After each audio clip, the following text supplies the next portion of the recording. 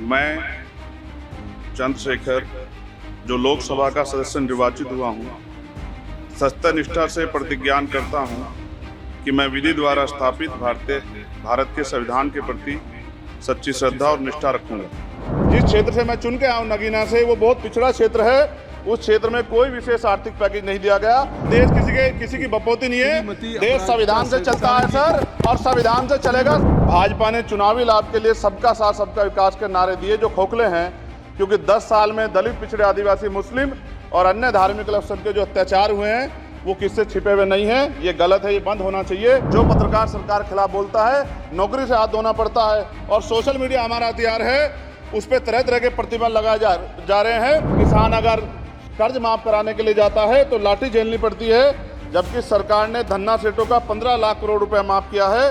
कुछ शैक्षणिक संस्थानों में बहुजन समाज के जो छात्र हैं उनके साथ कास्ट एट्रोसिटी हो रही है, निरंतर उनकी हत्या हो रही है। महिलाओं में भी, स्पेशली दलित, पिछड़े और मुस्लिम वर्ग की, आदिवासी वर्ग की महिलाओं के साथ आज भी एनसीआरबी का डाटा कहता है सर, जो जुल्म हो रहा है वो सहनीय नहीं है सर। चीन हमें आंख दिखा रहा है और लगातार हमारे देश की सीमाओं में घुसपैठ कर रहा है। इसलिए अग्निवीर योजना को हटाकर पुनः सेना भर्ती शुरू की जाए। सर, हम नई पार्टी हैं और मैं अपने लोगों की आज़ाद आवाज़ हूँ सर। मैं आपसे संरक्षण की अपील करता हूँ, उम्मीद करता हूँ कि आप संरक्षण करेंगे सर। सर, मैं ये भी प्रार्थना करता हूँ कि आप लोकतंत्र के रक्षक हैं, प्रकृति आपको लोकतंत्र की रक्षा करने की जो है ताकत प्रदान करे। साथ साथ सर, मैं पूरे सदन को आरक्षण के जनक छत्रपति साहू जी महाराज की आज जयंती है, उसके लिए भी बधाई देता हूँ सर। और मैं आपसे आग्रह करता हूं सर, हमारे लोग बहुत बुरी हालात में हैं सर वहां, और अगर हमें मौका नहीं मिलेगा सर, हम अपनी बात नहीं रख पाएंगे। तो आपसे संरक्षण की अपील और पुनः आपको बधाई और सभी सदस्यों को बधाई सर। धन्यवाद। 15 अगस्त 1947 को हम लोग आज़ाद हुए। 16 अगस्त 1947 को देश आज़ादी में था, लेकिन धन धरती राजपाट में बंटवारा नहीं हुआ। जो साधन संसाधन थे उनमें बंटवारा सही रूप से न होने के कारण एक बहुत बड़ी आबादी सुविधाओं से वंचित और सम्मान से वंचित रह गई। उनको सम्मान देने के लिए और अंतिम व्यक्ति तक सुविधाएं पहुंचे, इसके लिए लोकतंत्र की व्यवस्था हुई। लेकिन आज़ादी के 70 साल बाद भी हम कहां खड़े हैं, इस पर ये चिंता का विषय है। मैं मानता हूं कि सामाजिक न्याय तभी होगा माननीय सभापति जी, जब जातीय जनगणना पूरी होगी और जातीय जनगणना कराई जाएगी, और साथ साथ संख्या के आधार पर आरक्षण जो है वंचित वर्गों का बढ़ाया जाएगा। उसके साथ साथ जब राष्ट्रपति जी अभिभाषण पर बात रख रही थी तो उन्होंने शहरी और ग्रामीण क्षेत्रों के विकास की बात कही, और ये भी कहा कि दुनिया में सबसे उत्तम शहर हमारे यहाँ बने। लेकिन माननीय सभापति जी, 70% आबादी तो गांव में निवास करती है, तो गांव की आबादी के बारे में भी सोचना होगा कि उनका जीवन कैसे बदले। माननीय सभापति जी, उच्च शैक्षणिक संस्थानों में बहुजन समाज के जो छात्र हैं उनके साथ कास्ट एट्रोसिटी हो रही है, निरंतर उनकी हत्या हो रही है। साथ साथ जो सरकारी कर्मचारी हैं दफ्तरों में, उनके साथ भी जो SC ST OBC और मुस्लिम और अन्य धार्मिक अल्पसंख्यक उनके साथ भी माननीय सभापति जी जातिगत और धार्मिक जो है शोषण किया जा रहा है।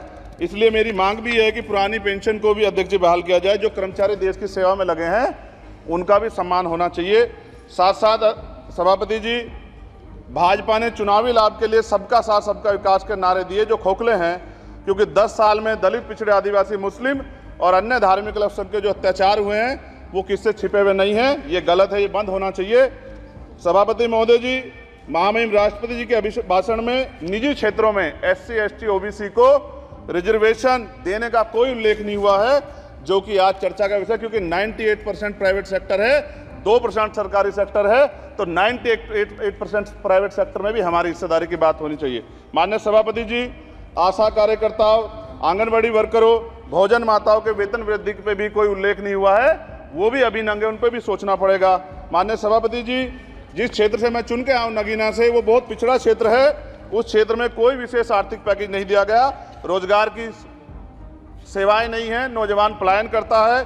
IIT, IIM, एम्स, केंद्रीय विद्यालय आदि शिक्षा में और चिकित्सा संस्थानों की स्थापना होनी चाहिए, जो कि नहीं है। और माननीय सभापति जी, मानसून सत्र आ गया है, मेरा क्षेत्र बाढ़ से बहुत प्रभावित है, इसलिए मैं आपसे आग्रह करूंगा कि वहां के लोगों को बाढ़ से निजात दिलाई जाए। माननीय सभापति जी, चीन हमें आंख दिखा रहा है और लगातार हमारे देश की सीमाओं में घुसपैठ कर रहा है। इसलिए अग्निवीर योजना को हटाकर पुनः सेना भर्ती शुरू की जाए, और साथ साथ भारत की सबसे प्राचीन व बहादुर रेजिमेंट में से एक चमार रेजिमेंट को पुनः बहाल करा जाए, ऐसा भी मेरा आपसे आग्रह है। माननीय सभापति जी, पिछले सारे प्रधानमंत्रियों ने मिलकर जितना कर्ज लिया है उससे दुगना कर्ज हमारे वर्तमान के प्रधानमंत्री जी ने लिया है। किसान अगर कर्ज माफ कराने के लिए जाता है तो लाठी झेलनी पड़ती है, जबकि सरकार ने धन्ना सेठों का 15 लाख करोड़ रुपए माफ किया है। इस ओर हमें ध्यान देना पड़ेगा, हमारी आने वाली पीढ़ियों को ये कर्ज चुकाना पड़ेगा। माननीय सभापति महोदय जी, किसानों को एमएसपी की लीगल गारंटी तथा किसानों का कर्ज माफ होना चाहिए। साथ साथ 2 अप्रैल 2018 को SC/ST के बच्चों पे बहुत बड़े पैमाने पे मुकदमे लगे थे, वो हमारी लड़ाई सही थी, ये सुप्रीम कोर्ट ने माना और बाद में सरकार ने माना, वो मुकदमे तुरंत वापस होने चाहिए। माननीय सभापति जी, प्रेस जो है उस पर भी शिकंजा कसा जा रहा है। जो पत्रकार सरकार के खिलाफ बोलता है नौकरी से हाथ धोना पड़ता है, और सोशल मीडिया हमारा हथियार है, उस पर तरह तरह के प्रतिबंध लगाए जा रहे हैं और विरोध करने वालों को सोशल मीडिया हैंडल भी सस्पेंड करा दिए जा रहे हैं। साथ साथ सभापति जी, पेपर लीक और परीक्षाओं के कैंसिल होने से देश के नौजवानों का भविष्य खतरे में है।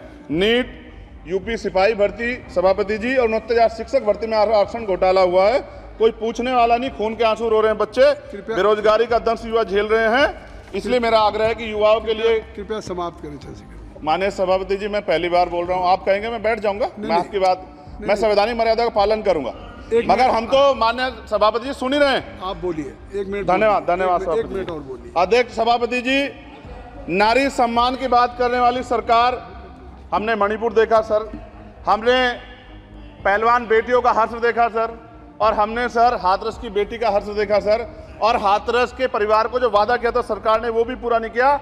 और महिलाओं में भी, स्पेशली दलित, पिछड़े और मुस्लिम वर्ग की, आदिवासी वर्ग की महिलाओं के साथ आज भी NCRB का डाटा कहता है सर जो जुल्म हो रहा है वो सहनीय नहीं है सर। साथ साथ कोविड में तैरती, हमने कोविड में बहुत सुना सर, कोविड में तैरती लाशें भी गंगा में हमने देखी है सर, और मजदूरों का हाल भी हमने देखा है। सभापति जी, बस सब समाप्त कर रहा हूं। नोटबंदी पे छोटे मजले उद्योग की जो कमर टूटी वो भी हमने देखी है। सभापति जी, शैक्षणिक संस्थानों, विश्वविद्यालयों में, चिकित्सा संस्थानों में OBC ST के योग्य अभ्यर्थी को NFS करके जिस तरह निकाला जा रहा है, लेटरल एंट्री करके जिस तरह हमारे रास्ते बंद किए जा रहे हैं, ये भी हम देख रहे हैं सभापति जी।